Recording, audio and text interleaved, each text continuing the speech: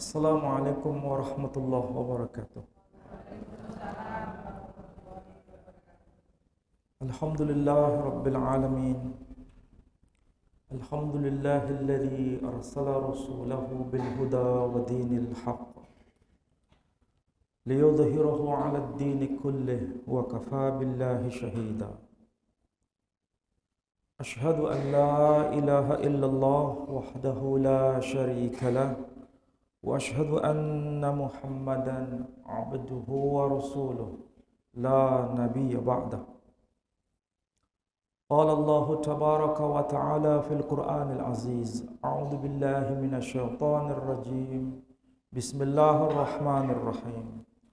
Rabbana wab'ats fihim rasulan minhum yatlu 'alaihim ayatika wa yu'allimuhumul kitaba wal hikmata wa yuzakkihim innaka antal azizul hakim. Al-ayah. Shadaqallahul azim. Bapak Ibu yang saya hormati, alhamdulillah kita panjatkan pujian dan syukur kita kehadirat Allah Subhanahu wa taala. Pada pagi setengah siang ini kita bisa mendatangi majelis yang mulia di Masjid Al-Ikhlas, Gadung Raya. Mudah-mudahan kebersamaan kita niatnya hanya satu saja, yakni untuk menuntut ilmu, thalabul ilm, bukan untuk sekedar kumpul-kumpul. Kalau sekedar niatnya kumpul-kumpul, gak dapat pahala. Jadi kalau niatnya menuntut ilmu, kumpul-kumpulnya dapat pahala. Tapi kalau sekedar kumpul-kumpul, datang ke sini kemudian ngorok, tahu ngorok? Nah, jadi nggak dapat apa-apa, ya. Mudah-mudahan kita sudah menata hati lebih awal supaya hidup kita ini berkah, insya Allah. Baik, Bapak Ibu sekalian yang saya hormati, ada lupa saya ini takmirnya hanya 3 orang, tapi mudah-mudahan nanti kita bisa belajar bersama, terutama untuk kita yang sudah memiliki anak cucu. Melalui Al-Quran ini kita bisa semakin mendekatkan diri kepada Allah Subhanahu wa ta'ala.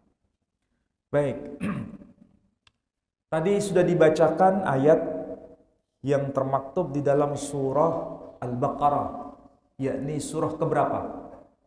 Surah kedua. Surah Al-Baqarah ayat yang ke-127 sampai 129.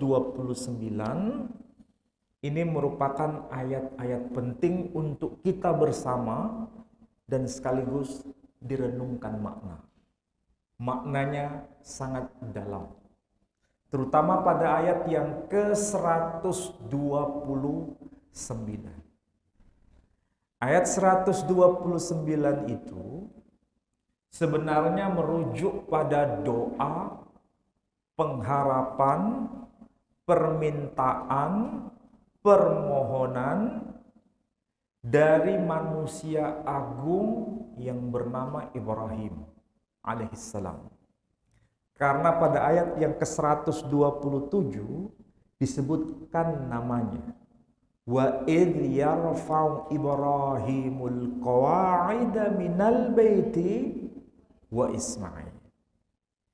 Dan ingatlah tatkala Ibrahim menegakkan pondasi rumah Allah bersama sang putra yang bernama Ismail.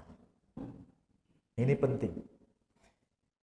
Satu figur ini yang bernama Ibrahim selalu kita sebut namanya setiap hari.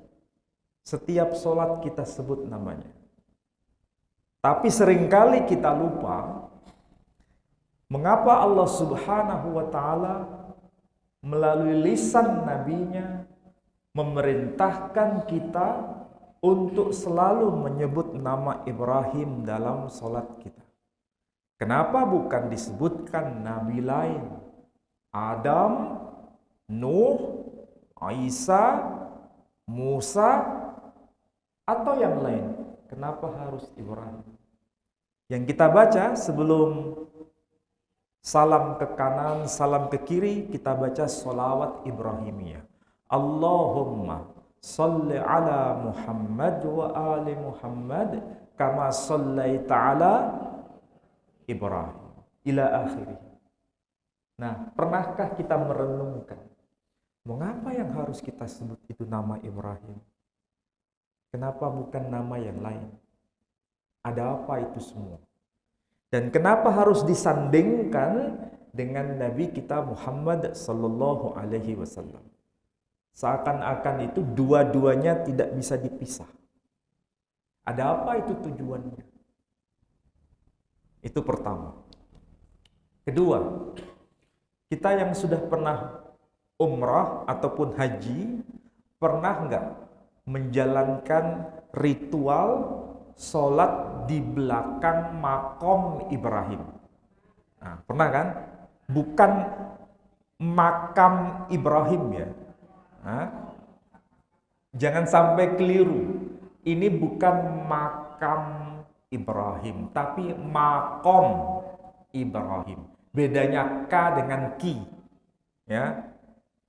Jadi ini makom. Makom itu ada bangunan yang dipagari dengan emas itu, tapi di situ ada ruangan kaca. Kalau kita lihat di situ ada kayak bekas telapak kaki. Nah, kaki siapa itu? Bekas telapak kaki Ibrahim. Di tempat itu kita disunnahkan untuk melaksanakan sholat sunnah di makom Ibrahim itu. Pertanyaannya, kenapa kita diperintahkan sholat di dekat jejak telapak kaki Ibrahim? Mengapa? Apa tujuannya? Dan ada perintah dalam Quran, wattakhadhu mim maqami Ibrahim musalla, atau wattakhidhu mim maqami Ibrahim musalla. Ambillah sebagian dari makom Ibrahim sebagai tempat sholat kalian. Kenapa kita harus sholat di dekat makom Ibrahim? Tujuannya sederhana. Bukan sekedar sholat di dekat jejak telapak kaki Ibrahim, tetapi yang lebih penting adalah bisa mengikuti jejak langkah kehidupan Ibrahim. Itu yang lebih penting.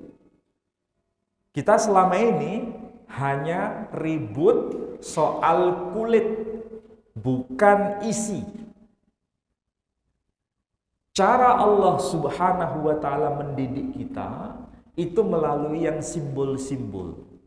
Makanya ada perintah sholat di dekat makom Ibrahim. Iya, betul, tidak salah.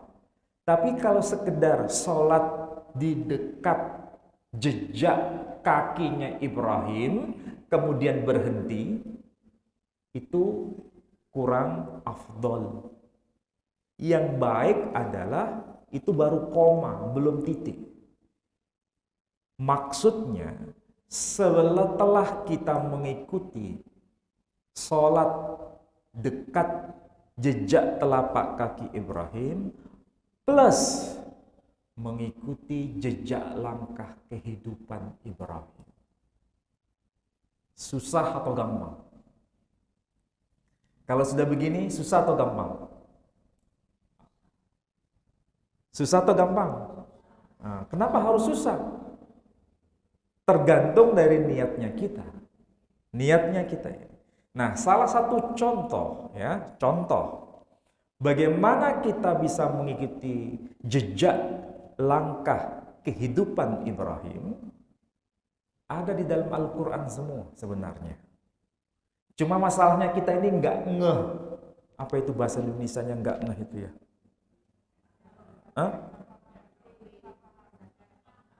Nggak paham, nggak dong, ya. Kita sebagian besar ini enggak dong. Kalau seandainya itu semua itu pasti indah. Semua itu pasti hidup kita ini indah. Salah satu contoh di dalam Al-Quran. Nanti kalau di rumah tolong cek, lihat di surah ke-11. Surah Hud ayat 69 dan seterusnya. Ringkasnya di situ, Ibrahim mendapatkan tamu. Ada tamu yang datang kepada Ibrahim, ya. Tamu itu wujudnya kita, seperti kita, manusia. Dan diceritakan dalam Quran. Tamu-tamu itu datang kepada Ibrahim. Ibrahim tidak pernah tanya namanya siapa, nggak pernah tanya datang dari mana, tujuannya apa. Yang penting dia sama seperti Ibrahim. Dia terima apa adanya.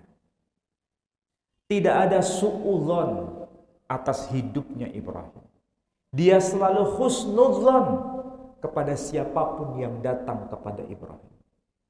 Tanpa melihat siapa yang datang. Ya, ini akhlaknya Ibrahim. Bahkan bukan berhenti di situ. Ketika tamu-tamu itu datang kepada Ibrahim, maka Ibrahim langsung bergegas-gegas menyembelih ternak terbaik yang dia punya. Coba perhatikan. Dia bergegas-gegas, berarti itu ada upaya untuk memuliakan siapa yang datang. Padahal dia tidak tahu siapa yang datang, pokoknya itu menungso, dihargai sebagai manusia. Dia bergegas-gegas menyembelih ternak terbaik.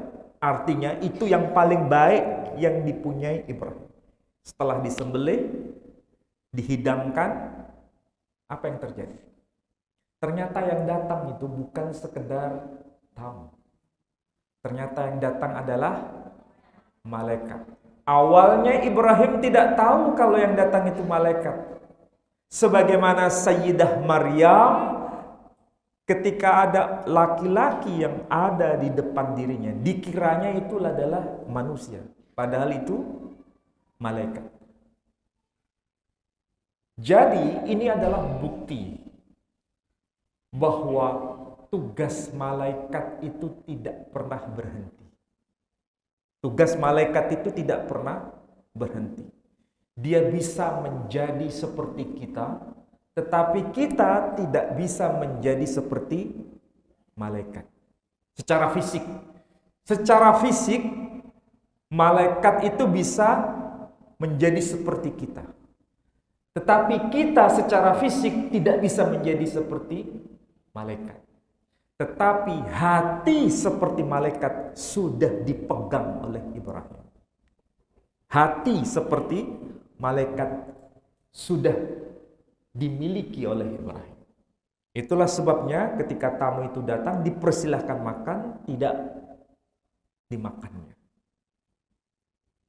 Barulah di situ Ibrahim tahu bahwa yang datang ini adalah utusan Tuhan kepada dirinya. Baru tahu, baru ngeh. Awalnya dia nggak ngeh. Pertanyaannya sekarang, kenapa Ibrahim begitu memberikan suguhan istimewa kepada orang yang dia tidak kenal? Ini persis seperti kita, kan? Ibrahim itu memberikan sesuatu tanpa melihat casing. Kalau kita memberi sesuatu yang dilihat apa dulu? Casing. Sama atau beda kalau begitu? Beda. Kenapa beda? Jangan berkata Ibrahim itu nabi, Ustadz. Kalau kita kan bukan nabi, apalagi rasul. Itu bukan sebuah jawaban. Itu ngeles namanya. Ya, ngeles. Ibrahim manusia, kita manusia. Ibrahim punya keluarga, kita punya keluarga.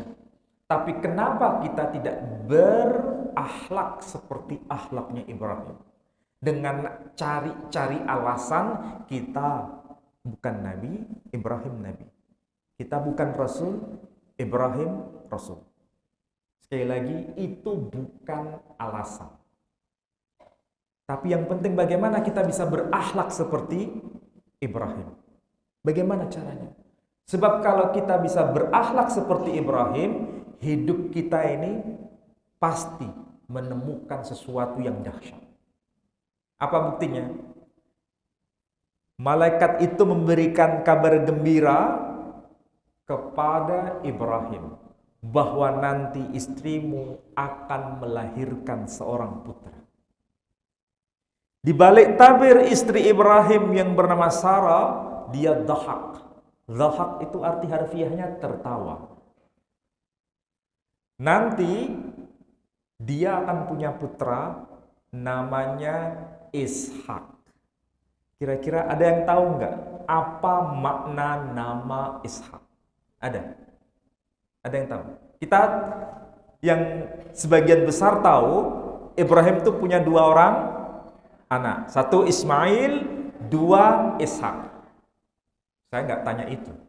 Yang saya tanyakan adalah kenapa anak itu diberi nama Ishak? Apa? Tertawa.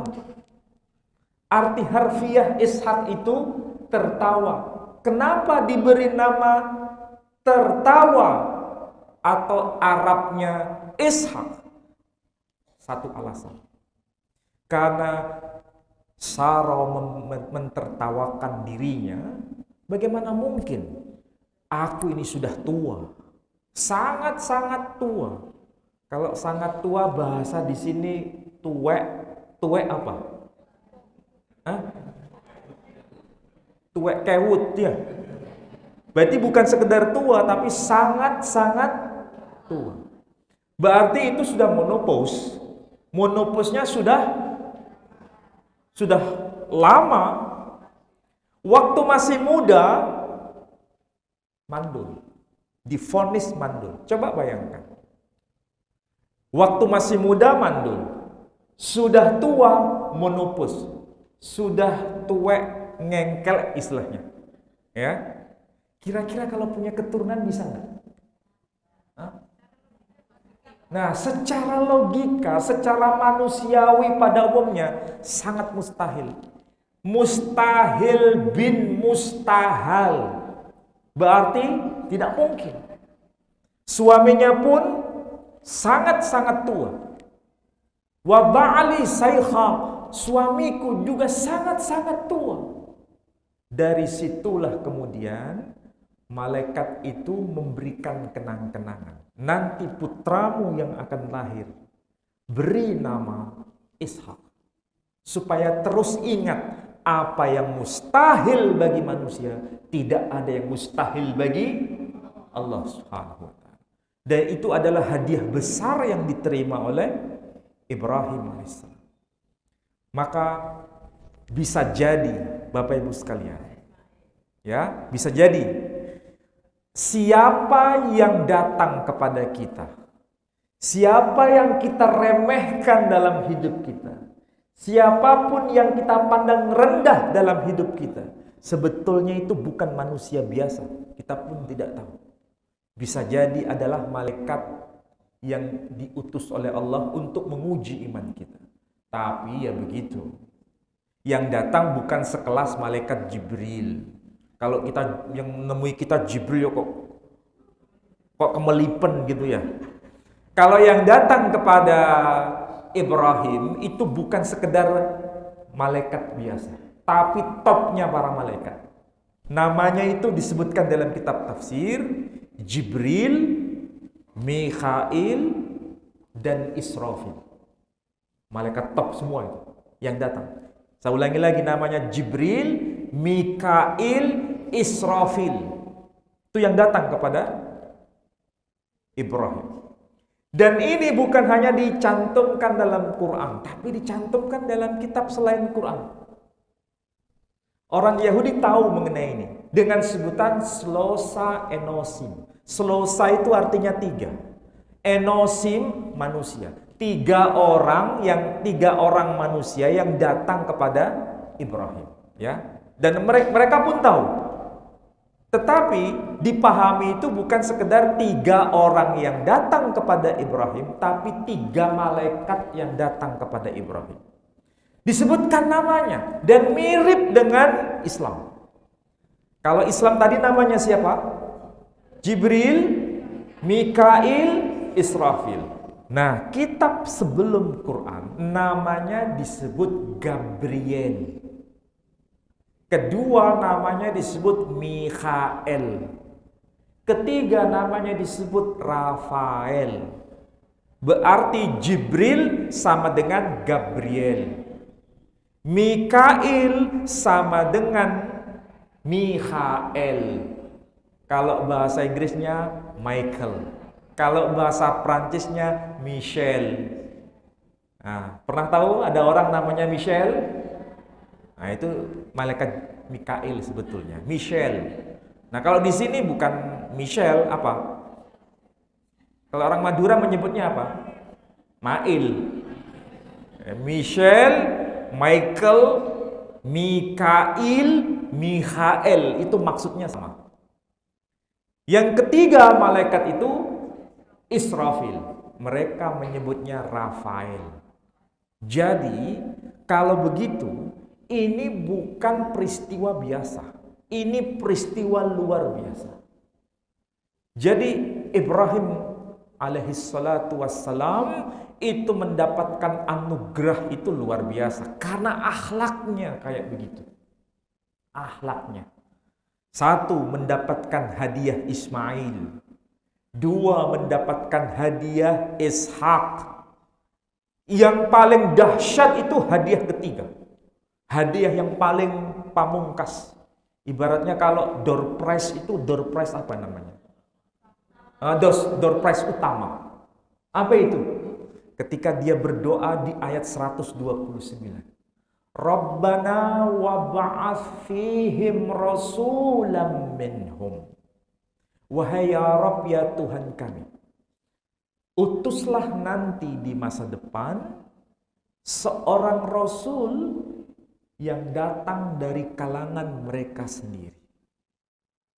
Ini Ibrahim berdoa bahwa nanti di suatu zaman, di zaman depan, di masa depan itu muncul seorang rasul yang dia minta berasal dari benihnya.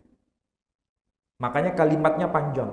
Rabbana wa ba'ath fihim rasulam minhum yatlu alaihim ayatika wa yu'allimuhumul kitaba wal hikmata wa yuzakkihim innaka antal azizul hakim.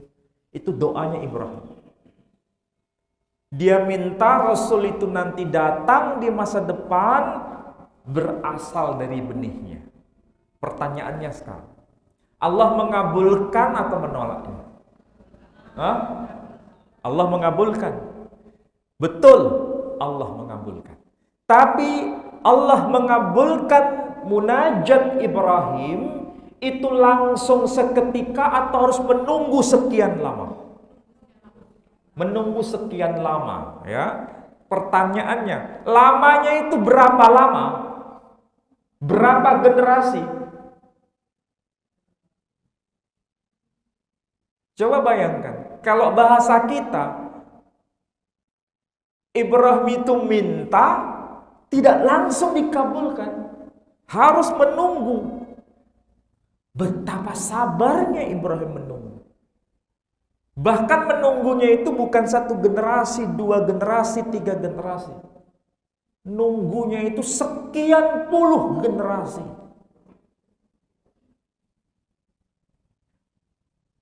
Pernah tahu enggak? Nabi kita ini, Nabi Muhammad sallallahu alaihi wasallam itu keturunan Nabi Ibrahim atau bukan sih? Nah, keturunan Ibrahim. Tapi keturunan Ibrahim generasi keberapa? Nah, ini yang kita harus paham. Artinya ini nunggunya itu lama karena sekian puluh generasi. Kalau saya hitung atau penjenengan sendiri yang hitung ya. Muhammad bin Abdullah bin Abdul Muttalib, bin Hashim, bin Abdi Manaf, bin Qusay, bin Kilab, bin Murrah, bin Ka'ab, bin Lu'ay, bin Ghalib, ibn Fikhr alias Quraisy. Berapa tadi? Hah? Sampai nggak melok ngitung. Berapa? 12, ya. 12 generasi. Ini belum nyampe, masih lanjut lagi. Quraisy atau Fikhr bin Malik, bin Nadr, bin Kinanah, bin Khuzaimah, bin Mudrika, bin Ilyas, bin Mudar, bin Nizar, bin Ma'ad, bin Adnan, bin Udad, bin Zaid, bin Yaqdir, bin Yaqdum, bin Hamasa, bin Nabat, bin Khaydar, bin Ismail, bin Ibrahim, masuk Ismail bin Ibrahim. Sudah berapa? Hah? 20 plus 12 tadi. Nah, berapa? Nah, itu masih nyambung ke atas. Semua non-muslim pun tahu. Cuma namanya tidak disebut Ismail, Yishmael. Tidak disebut Ibrahim, tapi Abraham. Jadi Yishmael bin Abraham, bin Terah, bin Nahor, bin Seruk, bin Ra'u, bin Pelek, bin Ever, bin Shelah, bin Arpahsyad, bin Sem, bin Noah. Bukan bin Peter Pan ya. Bin Noah. Ben itu artinya bin bahasa Arabnya. Noah itu sama dengan Nuh. Siapa Ben Peter Pan? Vokalisnya? Salah. Bukan Ariel. Hah? Siapa? Jenengan ngomongnya siapa? Ariel. Salah. Yang betul Ariel. Nah, betul. Kenapa kok yang betul Ariel? Ariel itu bahasa Ibrani. Noah itu bahasa Ibrani.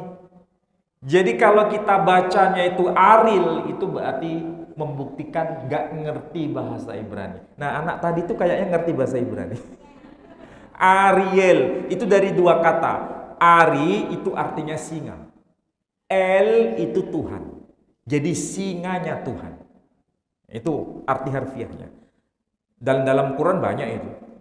Akhirnya el atau il. Jibril, Gabriel. Ya. Mikail, Mikhael. Ya. Dalam Quran nama kota disebut Babil. Berarti sama dengan Babel.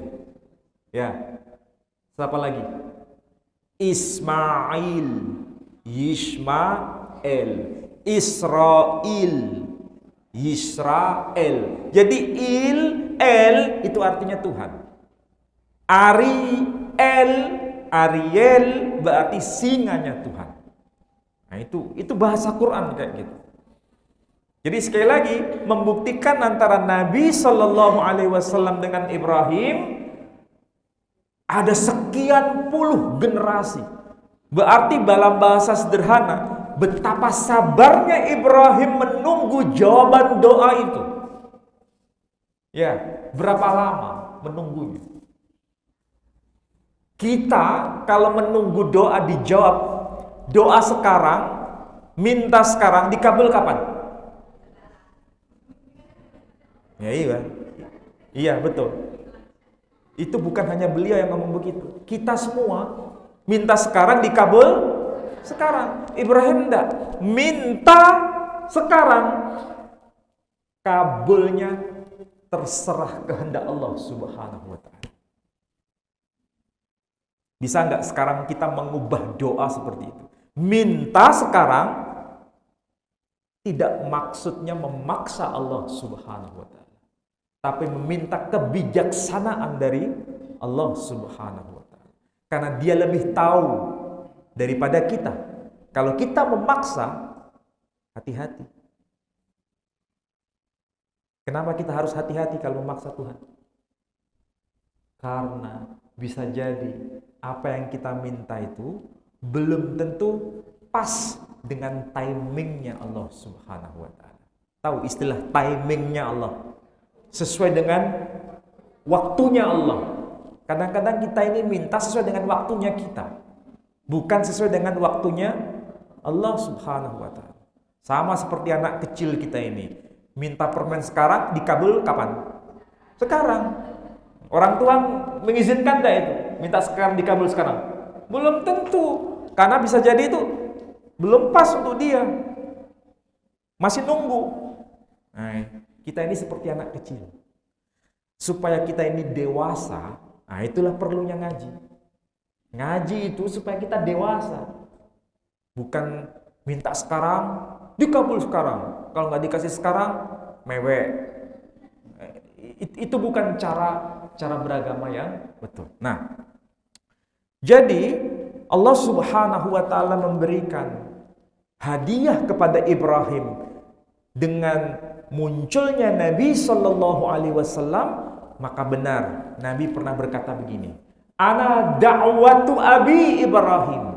Aku ini doa yang dulu dipanjatkan oleh datukku yang bernama Ibrahim. Dan kalau Ibrahim sudah berada di dalam tanah sekian puluh generasi, ketika Nabi Shallallahu alaihi wasallam dilahirkan dan menjadi nabi, kira-kira Ibrahim di dalam tanah itu merasa bersuka cita atau berduka cita? Nah, bersuka cita. Bersuka cita. Kenapa? Doanya diijabah. Meskipun dia tidak pernah melihat langsung wajah cucunya, tetapi dia merasa bahagia. Kita pun sama seharusnya. Kebahagiaan itu tidak harus kita bisa lihat dengan mata kepala sekarang. Kita yang sudah berumur, yang mendekati zaman kematian, sama seperti Ibrahim. Ibrahim dapat keturunan Ismail itu usianya berapa? 86 tahun baru punya Ismail. Dapat Ishak usia berapa? Usia 100 tahun baru dapat Ishak. Coba bayangkan. Itu usia mendekati kematian atau jauh dari kematian? Dekat atau jauh? Sangat dekat dengan kematian. Baru dapat keturunan. Kita pun kalau dalam posisi yang sama, itu pasti sangat-sangat bahagia. Di usia-usia seperti itu. Tetapi cara Allah mendidik hambanya itu luar biasa. Baru diberi usia 100 tahun, diminta kembali. Yang kita rasakan setiap tahun itu apa? Idul Kurban. Siapa yang diminta? Ismail, sembelih putramu. Coba bayangkan kalau kita disuruh disuruh menyembelih, hadiah itu hadiah istimewa di masa yang sangat tua, diminta. Kira-kira kita beri atau kita tolak? Kita beri, impossible, nggak mungkin. Pasti ngedumel, ya kan? Pasti ngedumel. Tapi coba lihat tuh akhlaknya Ibrahim. Apa yang diberikan oleh Allah Subhanahu wa taala, kalau diminta, dia berikan. Bahkan nyawanya sendiri dia berikan. Ini namanya tingkat tauhid tingkat tinggi. Tauhid tingkat tinggi itu bukan sekedar tidak mau nyembah kuburan, tidak mau nyembah berhala. Itu ya, kita nggak mungkin nyembah berhala, ya kan?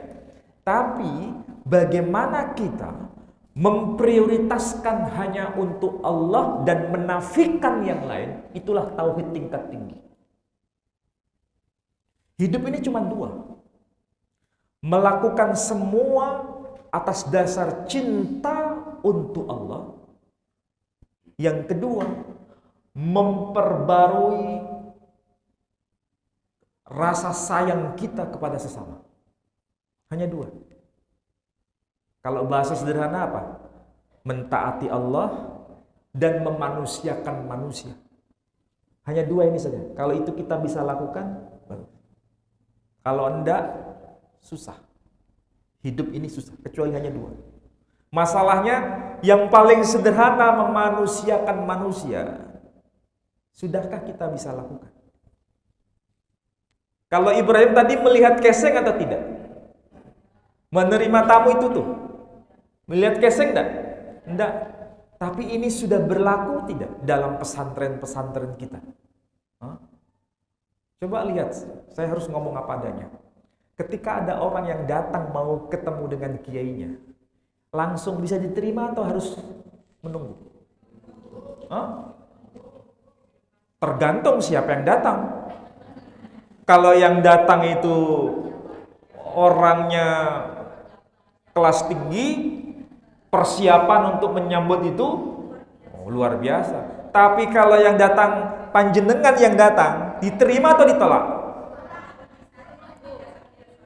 Bukan ditunggu, tidak akan ditemui bisa jadi. Padahal ini agama.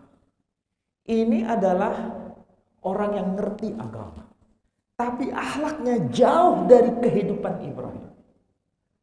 Setiap hari disebut nama Ibrahim. Dan ini bukan hanya level kiai, termasuk level kita.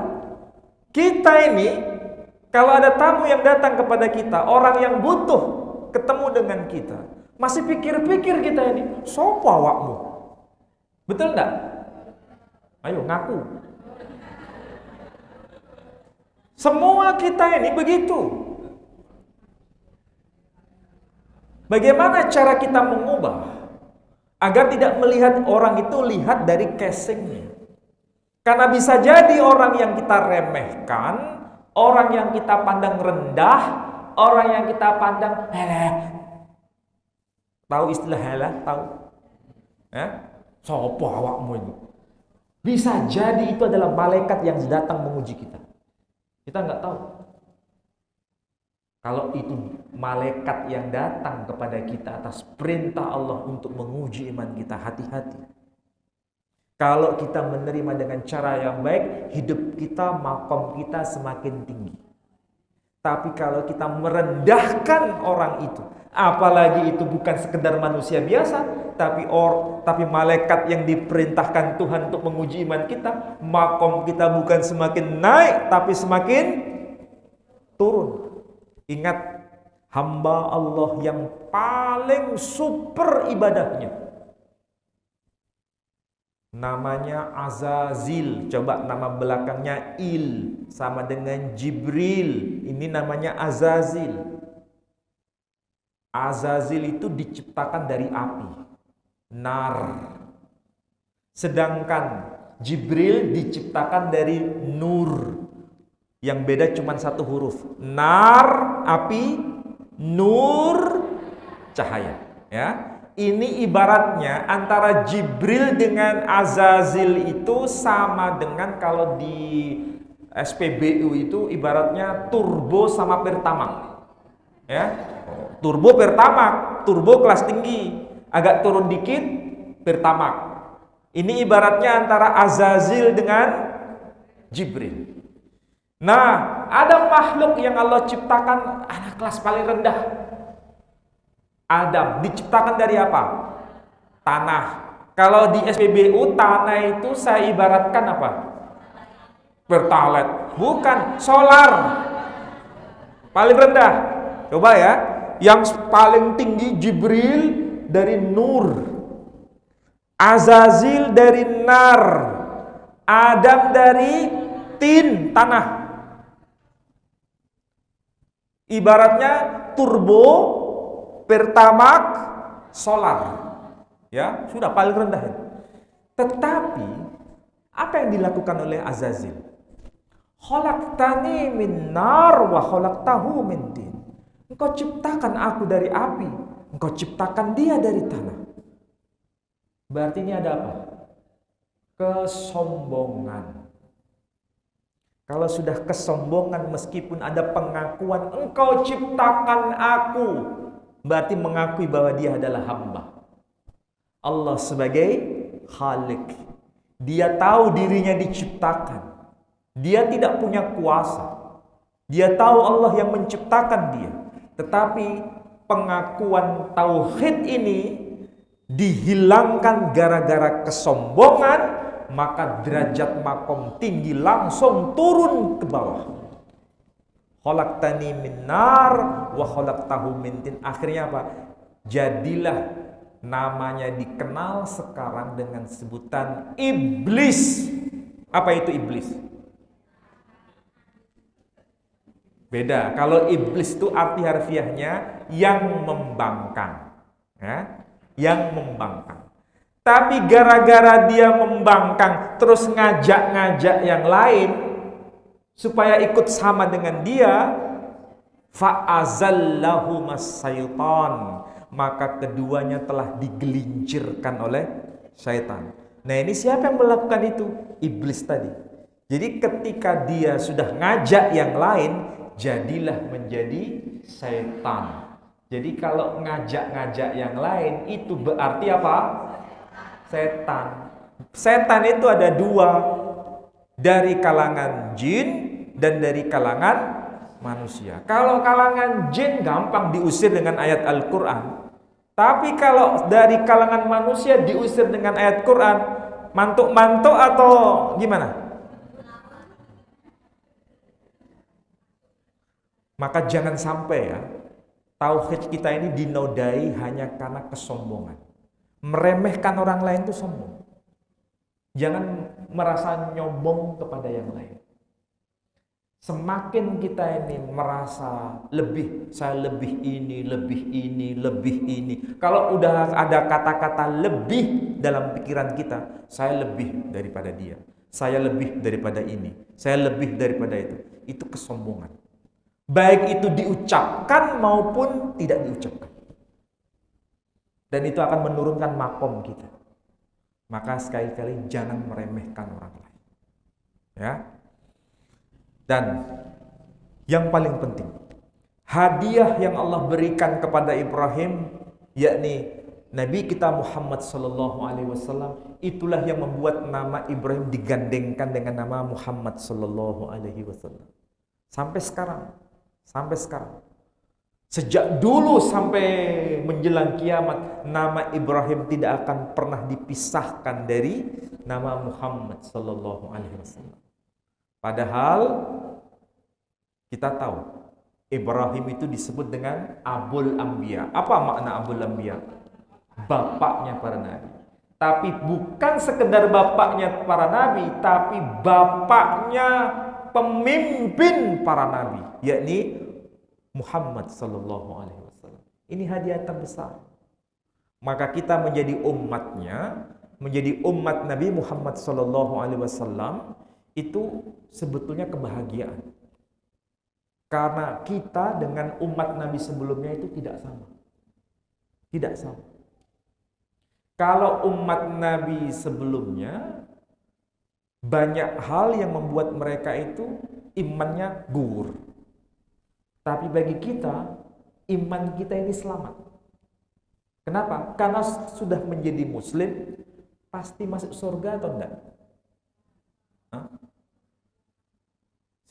Insya Allahnya itu insya Allah Al-Quran atau insya Allah Jawa? Menjadi muslim itu sudah pasti masuk surga atau enggak? Saya beritahu ya ibu-ibu semua, menjadi muslim itu sudah pasti masuk surga, sudah. Itu sudah kartu apa namanya? Kartu garansi. Ya, sudah kartu garansi. Sudah jaminan tuh. Cuma masalahnya surga yang mana? Surga itu macamnya banyak.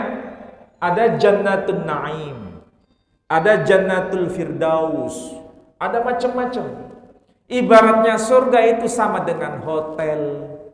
Ada hotel bintang 1, bintang 2, bintang 3, bintang 4, bintang, ada nggak bintang 7? Ya, pokoknya ada level-levelnya ya. Masalahnya kita ini nanti ke surga, bintang mana, hotel yang mana, itu tergantung dari amal. Kalau amalnya banyak, ya otomatis hotelnya VIP bintang berapa. Tapi kalau amalnya biasa-biasa, ya tetap masuk hotel, tapi ya hotel ekonomi. Ya itulah keadilan Allah Subhanahu wa taala. Masuk hotelnya iya semua, tapi hotel yang mana tergantung amal masing-masing.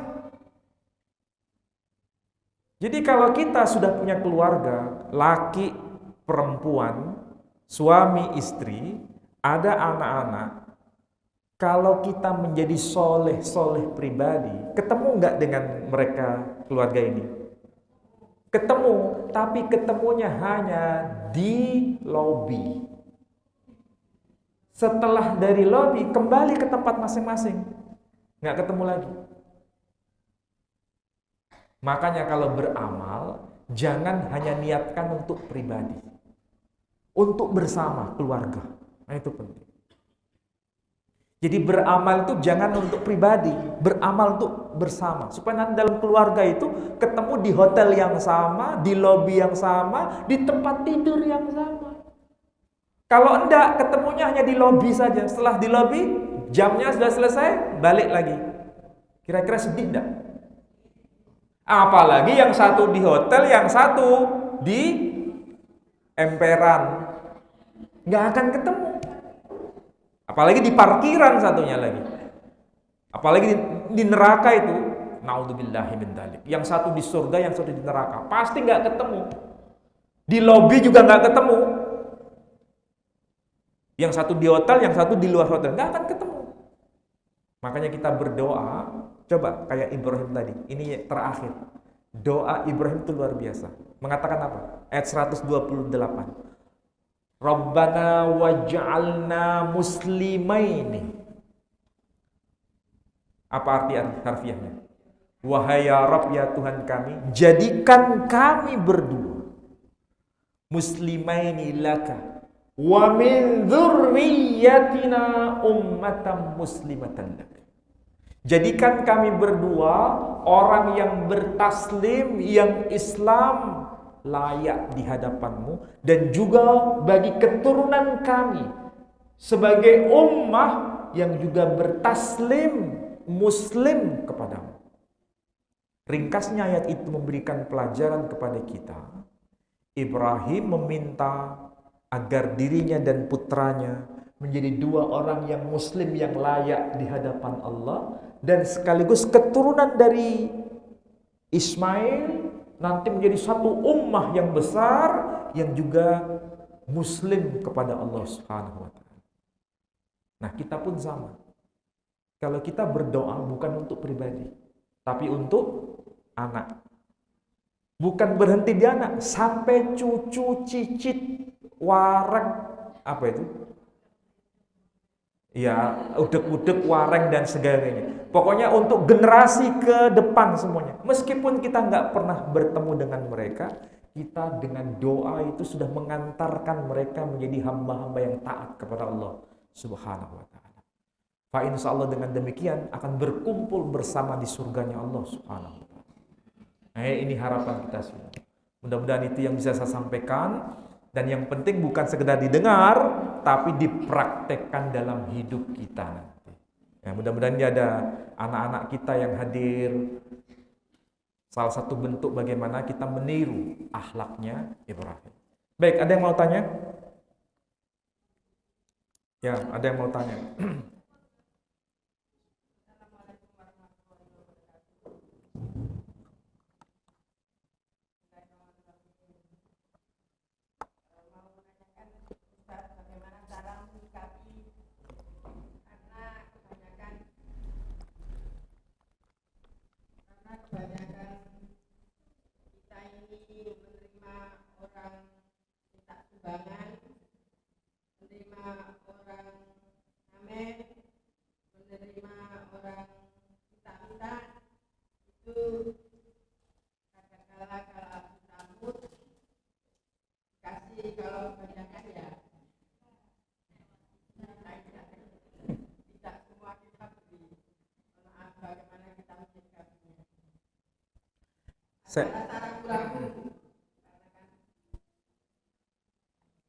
Ya. Ya. Waalaikumsalam warahmatullahi wabarakatuh. Begini, saya hanya berikan rumus sederhana. Kalau bisa, setiap hari, Senyampang setiap hari kita masih ada nafas, berikan sedekah yang kita punya kepada siapapun. Mengenai jumlahnya berapa, sampean yang lebih tahu. Mau 500 rupiah, mau 1000 rupiah, mau 2000 rupiah. Yang penting setiap hari usahakan sedekah senyampang nyawa masih ada. Setiap hari. Saya nggak bicara jumlah, tapi bicara istiqomah setiap hari. Kadang-kadang kita ini lupa. Kita kan sering parkir, ya kan? Kalau parkir, niatnya itu bayar parkir atau niatnya sedekah? Nah, kita ini kebanyakan nggak mikirnya itu ibadah. Kita mikirnya itu apa? Parkir. Seharusnya itu mikirnya bukan parkir tapi sedekah. Jadi niatkan parkir itu sedekah. Kalau niatnya kita sedekah, ada ganjaran. Tapi kalau niatnya parkir, dapat apa? Habis, nggak dapat apa-apa. Sebetulnya ada potensi untuk sedekah kita niatkan. Jadi kalau memberi, kalau niatnya bayar beda dengan niatnya memberi. Nggak usah jauh-jauh, sederhana. Jenengan kan sering dapat kiriman paket gitu ya, atau COD gitu kan, sering kan? Ya. Saya tuh sering gitu. Saya tuh nggak pesen apa-apa, tiba-tiba COD. Siapa gitu? Ternyata anak saya yang COD, saya yang bayari. Oh, anak saya yang pesen, nggak tahu. Pesen undir-undirnya sudah motor tuh kadang-kadang datang. Karena kadang-kadang bayarnya itu berapa gitu ya, nggak ada kembalinya. Terus niatkan saja. Udah nggak ada kembalinya, ambil. Niatkan sudah. Yang penting prinsipnya setiap hari sedekah. Ya, tidak bicara jumlah ya, tidak bicara jumlah. Penting sedekah. Yang kedua, hidup hari-hari ini semakin susah. Hidup hari-hari ini semakin susah. Orang cari pekerjaan itu susah. Mungkin kita memahami fisiknya masih oke. Tapi kok kerjanya kok ngene sih, markiri wong ae gitu. Kadang-kadang kita grundel gitu kan. Belum tentu orang seperti ini malas bekerja. Dia nyari pekerjaan ini ditolak semua. Tidak ada pekerjaan lain kecuali itu yang dia bisa. Mau tidak mau, ya itu dia yang harus lakukan. Maka kita husnudzon, bukan suudzon. Tahu maksudnya suudzon? Ini gak kerja, ini markiri wong ae. Nah, itu sudah apa ya namanya? Sudah suudzon sama orang, ya.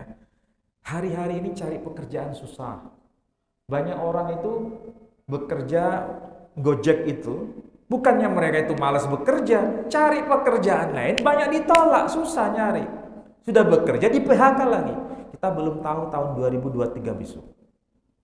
Prediksi ekonomi bisa jadi semakin, maka sekarang rajin-rajinlah menabung. Jangan pergi sering-sering ke swalayan nyari barang yang tidak penting. Rajin menabung sekaligus rajin sedekah. Nabung tok gak sedekah, itu berarti pelit. Tahu maksudnya? Nabi nabung tapi nggak mau sedekah, itu pelit. Nabung iya, sedekah iya. Karena tidak ada ceritanya orang yang sedekah itu semakin miskin, nggak ada cerita. Nggak ada cerita. Mudah-mudahan kalau kita nabung sekaligus sedekah, rezeki kita itu semakin bertambah. Yang penting niatnya saja untuk membantu mereka yang butuh. Nah, sekali lagi, kalau ada orang yang nyari sumbangan, nah, nyari sumbangan itu kayak apa bentuknya? Kita harus lihat dulu orang-orangnya, Ya memang pertama nggak boleh suudon sih, nggak boleh suudon. Yang penting kita berikan apa yang kita mampu, sudah kita husnudon sama orang. Kecuali kalau ada tanda-tanda, ya kita tahu ada tanda-tanda ini kayaknya nggak bener ini. Nah baru gitu kita boleh ini. Ya dalam arti kan sekarang ada juga kan penipuannya. Ya. Tapi kalau zamannya Nabi Ibrahim beda dengan zaman kita. Ya. Tapi jangan terlalu suudon gitu loh. Suudon memang berat ya untuk sekarang ini. Maunya kita berbuat baik, tapi dimanfaatkan sama orang lain. Tapi yang penting kita tahu dulu seperti apa, baru kita berikan apa yang kita mampu. Itu aja prinsipnya. Ya Bu ya. Ya.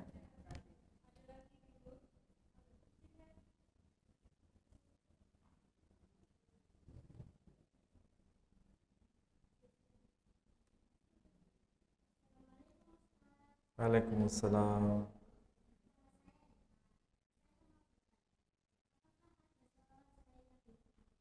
Apa? Oh, apakah ada sholawat selain untuk Nabi Muhammad Sallallahu Alaihi Wasallam? Ya, ya, begini.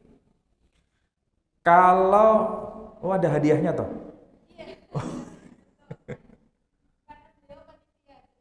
Oh, iya, iya, ya.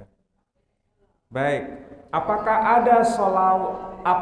ada solawat selain untuk Nabi Muhammad Sallallahu Alaihi Wasallam? Jawabannya Al-Quran sendiri yang jawab. Innallaha wa malaikatahu yusalluna 'alan nabi ya ayyuhalladzina amanu sallu 'alaihi wa sallimu taslima. Itu khusus solawat untuk Nabi kita Muhammad Sallallahu Alaihi Wasallam. Bukan hanya Allah, malaikat, bahkan orang yang beriman diperintahkan untuk bersolawat kepada khataman nabiyyin Muhammad Sallallahu Alaihi Wasallam. Kepada yang lain tidak ada. Bagi yang lain-lain hanya alaihissalam, Adam alaihissalam, Nuh alaihissalam, Ibrahim alaihissalam. Tapi ketika disebut Muhammad sallallahu alaihi wasallam, jadi nggak ada ceritanya Muhammad alaihissalam, nggak ada. Tapi Muhammad sallallahu alaihi wasallam. Jadi kalau begitu kesimpulannya, sholawat untuk siapa? Karena di situ kuncinya, di alam mahsyar nanti. Yang berhak memberikan jurus syafaat hanya untuk Nabi Shallallahu Alaihi Wasallam. Kalau kita sering bersolawat kepada Rasul, maka syafaat itu akan dapat kita dapat. Maka di usia yang sekarang ini, para ulama mengajarkan, doa kita bisa jadi ditolak. Istighfar kita bisa jadi ditolak. Karena mungkin motifnya kurang bersih. Tapi kalau sholawat kepada Nabi Sallallahu Alaihi Wasallam tidak ada ceritanya yang ditolak. Maka bersolawat kepada Rasul Sallallahu Alaihi Wasallam itu menjadi pegangan kita. Satu-satunya pegangan. Nanti di akhirat kita akan mendapatkan syafaat Rasul Muhammad Sallallahu Alaihi Wasallam. Jadi jangan ragu lagi dengan sholawat itu. Tapi bukan berarti baca sholawat kemudian tidak beristighfar, ya itu salah. Bersolawat, beristighfar, kemudian membaca tasbih, tahmid dan semuanya kita lakukan. Tapi sholawat itu jangan sampai dilupakan. Sholat saja, sholat yang kita tunaikan ada sholawatnya enggak? Kalau nggak ada sholawatnya itu sholatnya sah enggak? Enggak sah. Ya. Jadi itulah hadiah yang Allah berikan untuk kita dengan membaca sholawat. Saya kira demikian, mudah-mudahan manfaat. Dan saya akhiri, mudah-mudahan apa yang saya sampaikan ini bisa diterapkan dalam hidup ini. Ya.